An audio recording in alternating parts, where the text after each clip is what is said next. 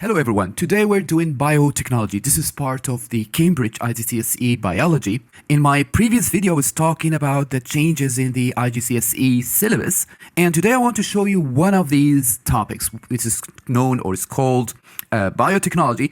And it talks about what? It talks about how do we use living organisms like yeast, bacteria, fungi in general, how do we use these to make products like juice, biological washing powder, yogurt, bread. So there are so many products around us that we take for granted, and they are actually all made by microorganisms. So again, what's the definition of biotechnology? Because that's something you would be asked to write in the exam. It says to use microorganisms. As I said, it's mainly going to be bacteria and fungi to make products that would make our life better. So if you're using my textbook, biotechnology is going to be chapter number 20 on page 75. So in this topic, as I told you, we'll be learning about first the definition, what is biotechnology, different ways to make products by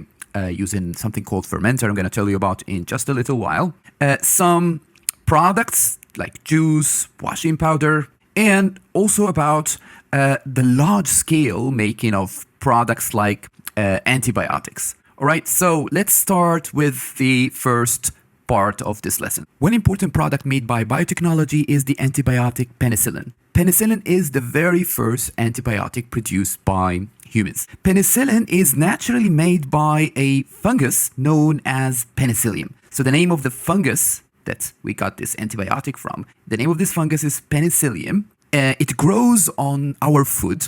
So basically scientists isolated this antibiotic from the fungus and they turned it into something that is useful for us. Now, as you can see here, the fungus grows very well in the lab. So we could basically grow this fungus in a petri dish like this one, and from there we could extract the antibiotic. The only problem here is that the amount of antibiotic made in a lab is going to be very, very small.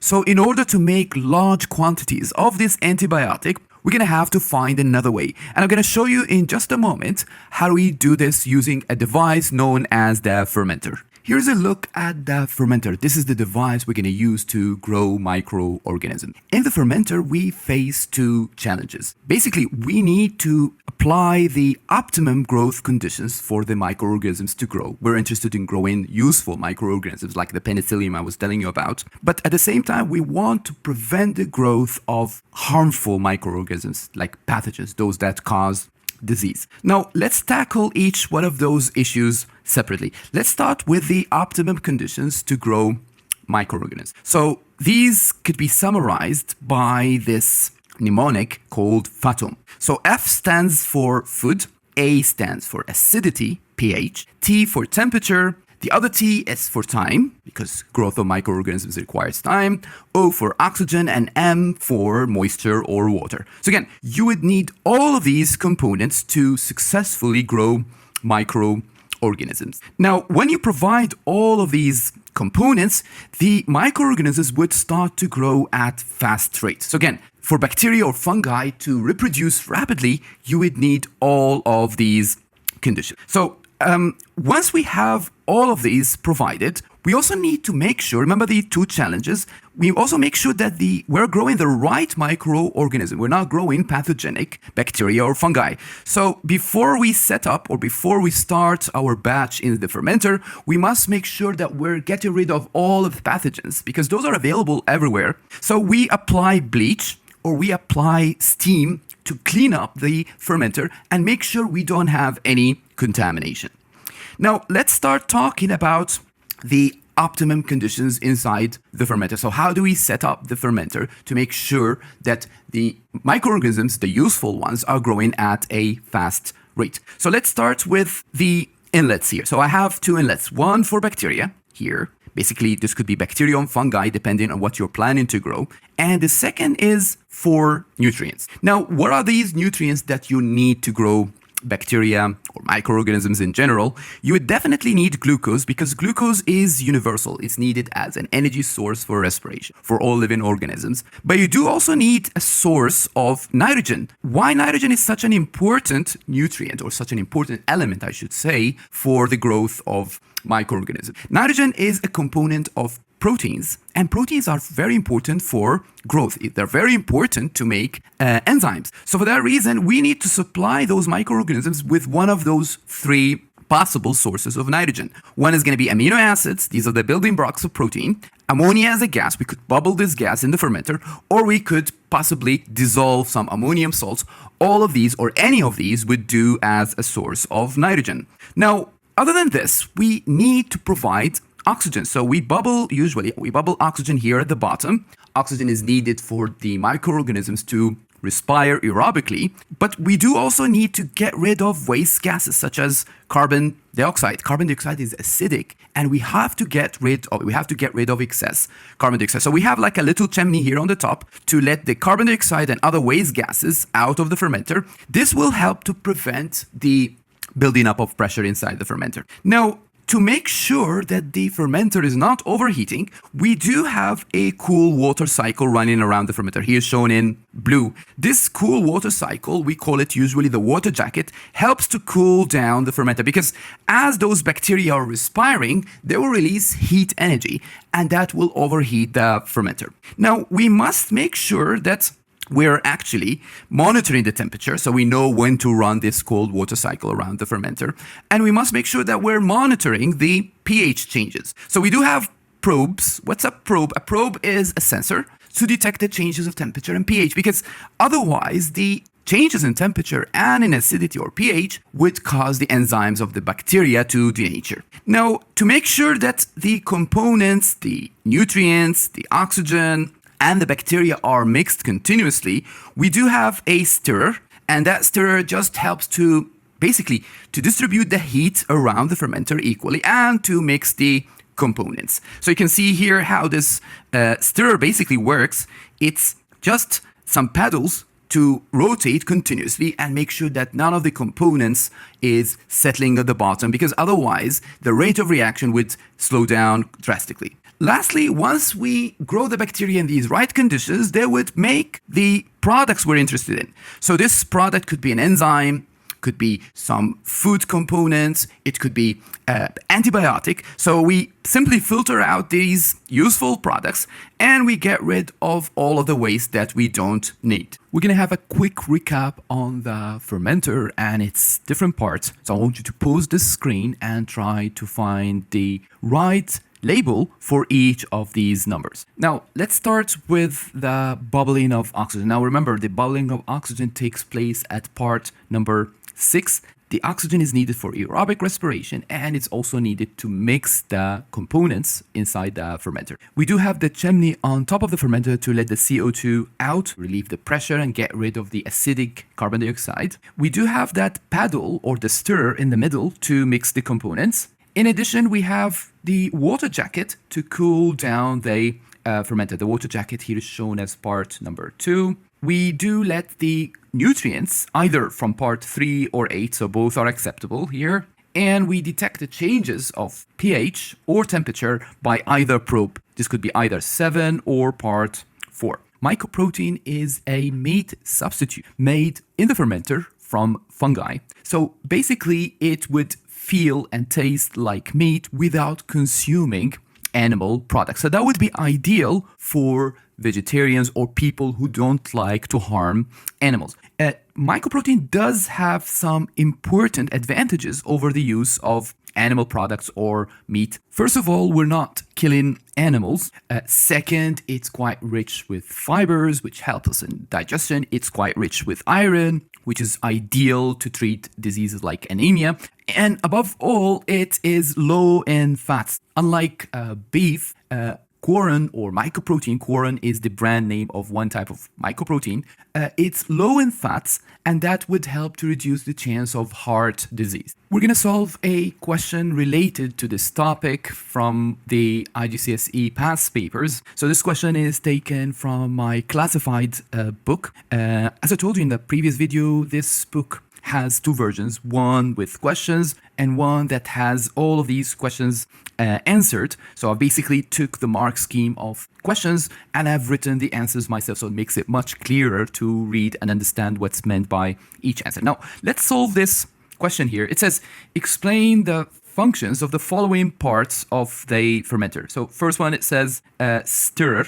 We said it's to mix the components, but another use of the stirrer is to prevent the contents from sinking or to distribute the temperature equally. So all of these are possible answers to the same. Down it says what's the function of the water jacket? So the water jacket is to maintain constant temperature to prevent overheating. That would also be acceptable. The probes, we said there are two probes, one for temperature and one for pH. So those are to detect the changes, to monitor the changes of temperature and pH. The same question, part 2, it says, state why the contents of the fermenter, why does it have to be sterile? What does the word sterile mean, or to sterilize? Sterile means is bacteria-free. So it's essential to keep it bacteria-free or sterile to prevent contamination, to prevent the growth of pathogenic bacteria. Yeast is a unicellular fungus that is used in biotechnology. Yeast does anaerobic respiration by which the glucose is broken down with the help of enzymes to convert that sugar into two products. Ethanol, that's the formula of ethanol, you need to know that formula, and the carbon dioxide. So this equation is known as anaerobic respiration or alcoholic anaerobic respiration in yeast. Basically, the two products here are quite very useful. The first is biofuel. Biofuel is simply a substitute to fossil fuel where we get the glucose and we turn it to a fuel that is carbon neutral. Basically, when you burn that biofuel, you're not contributing to the emissions or extra emissions of carbon dioxide. We're going to talk more about this when we do ecology, the last topic in biology. But for now, I'm going to talk more about baking, like how yeast is useful for baking. You probably have something like this in your house where you add the yeast to the dough or to the flour first, and this helps the dough size to increase. What makes the size of the dough increase is simply the carbon dioxide produced by the yeast during anaerobic respiration. I can see this piece of bread, and there's the holes or the pores inside the bread is because of the yeast producing this carbon dioxide. So this helps in a way to improve the taste and texture of the bread. We're going to look here at some different fermenter. That's the fermenter used in a school lab, and we use it to grow yeast. Now, the fermenter works by maintaining anaerobic conditions inside. So basically, we take that sugar, glucose, we dissolve in water, we add yeast, we mix, and then we seal the container to make sure that the conditions will remain anaerobic. Now, we also need to maintain some constant temperature. So like ideally, the temperature has to remain between 30 to 40. That will ensure that the growth of the yeast will be at optimum conditions. Any lower than this and the growth will be too slow, and any higher this could basically kill the yeast. Now you can see here in my fermenter, we have something called an airlock. Now, airlock does allow the carbon dioxide to escape to ensure that the conditions would not become too acidic, and it does not allow oxygen to enter. So basically that water drop here does allow the carbon dioxide to dissolve and escape out of the fermenter, but the pressure outside wouldn't force any oxygen inside the fermenter. We do also have the water jacket. Remember, the water jacket is to cool down the fermenter. So the conditions needed to grow yeast are going to be no oxygen for the purpose of making the ethanol for anaerobic respiration. We need to provide the right nutrients and the right condition. Growth of yeast goes over several stages. So these stages here do apply to the yeast and do apply to any other microorganism. So we call this curve in front of you, we call it the growth curve of microorganism. It starts always with a stage called here A, we call it the lag phase. During this lag phase, the growth of microorganisms is slow. Why is it slow? Because they're still adapting to the new condition. They're still trying to make enzymes needed to grow. Phase B here is called the log phase, the log or exponential growth phase. That's when the growth is very fast. So as you can see here, the number of yeast is increasing rapidly in a very short period of time. Then afterwards, we go into what we call the stationary phase. So you see here, this phase here called the stationary. Stationary phase is the time when the birth rate, the number of yeasts born or made, is equal to those that are dying out. What causes that stationary phase or the death phase that comes after is because the conditions become not optimum. Like we start to run out of nutrients, we start to accumulate carbon dioxide, and the space inside the fermenter becomes another limiting factor. Here we have the growth curve once again just to practice. So we have different stages. We're just going to match each one of those properties to the correct phase. So let's start with the first one here. It says a lot of births. So that would apply to the exponential growth or the log phase, which is part B. When it says the microorganisms are still adapting, they're still making their enzymes, that would be part A. And then it says plenty of nutrients such as glucose. That would apply for both A, the lag phase, and for the log phase when conditions are still not limited. Glucose running out, that would apply either for the stationary or for the death phase. Here it says deaths are more than birth. So this is pretty obvious that we have more deaths. So it must be the last phase, phase D. Making enzymes, meaning the organisms are still adapting to the conditions. So that's going to be the lag phase, the beginning. pH starts to drop. So that means the conditions has just started to become not favorable. So that would go for the stationary. Lastly, it says enzymes denatured, so that would apply for stationary or even to the death phase. We're going to look at products made by biotechnology. So the first product we need to look at here is the biological washing powder. Biological washing powder is simply soap that contains enzymes. So you can see here the white powder is the soap, and those colorful particles in the soap, these are enzymes coated in plastic. What's the point of using biological washing powder? The whole point here is that when you drop a stain on your clothes, the stain is made of insoluble materials like fats, proteins, or sugars, and you must remove those stains by dissolving those insoluble materials. By applying enzymes, you simply do something very useful here. When you apply enzymes, you would simply convert the insoluble stain into soluble products. So like if the stain is made up of fats, then these fats would turn to fatty acids and glycerol, which are both soluble. There's something you have to keep in mind when using biological washing powder. Since they're made up of enzymes, we need somehow to adjust the temperature of the washing machine. Because if the temperature is too high, that would denature the enzymes and those enzymes wouldn't work anymore. In the same line, if the temperature is too low, that wouldn't be for the enzymes to work at their maximum rate. So somehow we have to adjust the temperature near the optimum temperature. So anywhere near 30 to 40 would be good enough for the enzymes in the washing powder to work at their maximum rate. Another product we'll talk about here is yogurt. Yogurt is made by special bacteria that convert the cow's milk into yogurt. How does it work? First of all, we're going to collect the milk from the cow. And once we collect the milk, we're going to somehow sterilize it. So sterilizing is essential, as we've seen earlier, because that will ensure that we're not growing pathogenic bacteria. So basically, as we heat the milk, we're going to get rid of the pathogens that were available in the milk in the first place. So that wouldn't allow the growth of those pathogens anymore. And after that, we're going to cool down the milk for a little while because we're going to apply some useful bacteria. So again, I'm going to bring some useful bacteria.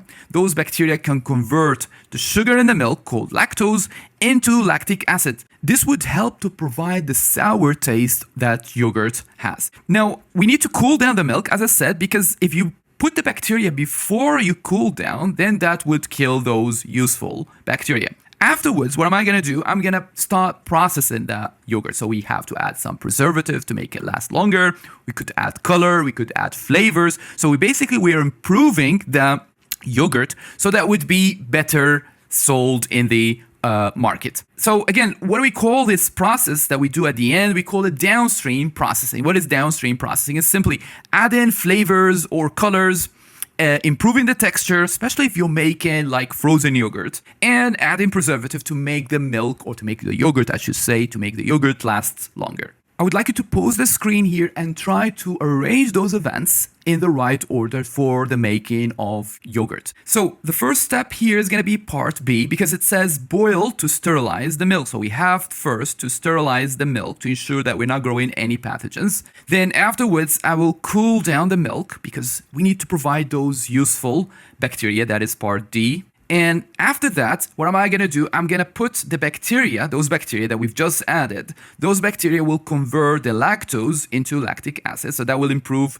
the taste of the yogurt. Then after that, we're going to do the downstream processing by adding flavors, preservatives, colors. Finally, the yogurt would be ready to be sold. We're going to solve another paper 4 question. This question contains a graph, and most of the time those graph questions are quite challenging to students. So you have to read the graph this way. You have to look at the y-axis on both sides, the left and the right. So here I have the mass of the fungus. So they're referring to the fungus itself, the microorganism.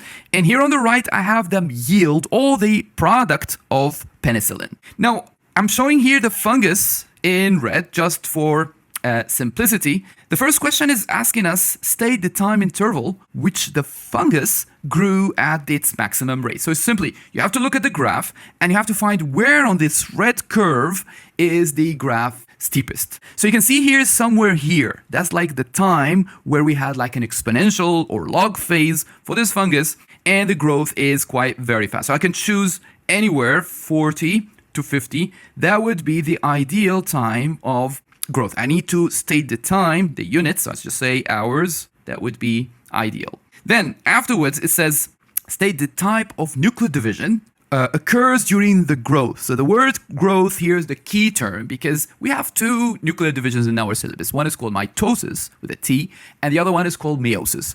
Since it says growth, then I'm going to have to mention mitosis because that's the one needed for growth. The next question is saying, explain why the growth of the fungus slows down and stops. So they're basically asking us, why do we get to the death and stationary phase? So I start to say, due to the limiting factors, such as nutrients, they get used up, or because of carbon dioxide. Carbon dioxide drops the pH, makes it acidic, and that would result with the enzymes getting denatured. You can even mention factors like temperature. So basically you have to tell any factor that would reduce the growth rate of the microorganism. For the next question, they're asking us, state evidence from the graph that the penicillin, which is the product here, why is it not needed for the growth of the fungus? So let's take a look at the graph. We need to collect evidence from this curve to find that the penicillin is basically not needed for the growth of the fungus itself. So if you take a look at the beginning here, the very beginning, you could see that at this time, the fungus was growing rapidly, shown here in red, despite not having any penicillin. So that's like a clear evidence that the fungus can grow without having any of its product, penicillin. So that's what I'm going to write here. I'm just going to say the fungus grew at the beginning when there was no penicillin at the first 20 hours. So I'll basically refer to the time when there was no penicillin, and I refer to the fact that the fungus was still growing at that time. The last part of this question says, use information in the graph suggests why they did not allow fermentation to continue any longer. So take a look at the graph. They're asking us like, why did we stop the fermentation process at 160 hours? Now, this is common sense. You see what happened to the penicillin? There was no more penicillin made at the end. Like during the first 20 hours from 140 to 160, there was no more penicillin made. So what's the point of carrying out this process any longer? So basically, the fungus stopped growing. The penicillin is no longer being made. So we really have to stop the process of fermentation. So I'm going to say that here. I'm going to say no more penicillin is made for 1 mark. Another product made by biotechnology is known as Pectinase. Pectinase is simply an enzyme we use in the juice industry. Now, when we take fruits and we juice them in our houses, we always end up having fibers in the juice, which is quite healthy because fibers are important for our digestion. However, on the long term, if you have a bottle of juice on the shelf in the market and having these fibers, it would start to make the juice looking not very attractive. So usually companies treat the juice with Pectinase to make it look nice and clear like this bottle. But what does Pectinase do in order to make the juice clear? Simply, if you take a look at plant cells, you always find something like a glue between those cells. So as you can see here, this plant cell is glued to the other cell here by means of a glue known as pectin. Now, when we treat the plant cells with the enzyme Pectinase, it simply removes that pectin and turns those plant fibers, turns them into soluble products. So once again, we're turning insoluble fibers into soluble products, and that will help the juice to become nice and clear. Another advantage of using Pectinase is that it makes the fruit much softer and we can get more juice out of it. So basically it has two advantages. One, to make the juice looking attractive, and the second is to make more juice out of those fruits. We have an experiment in our syllabus to prove the importance of pectinase. We simply take fruits, we cut those fruits like apples, and we put two samples. So like I'm cutting the apple into two halves. I take one half and I cut it into cubes of the same size, and I put them in a beaker. So that beaker will put the enzyme pectinase in.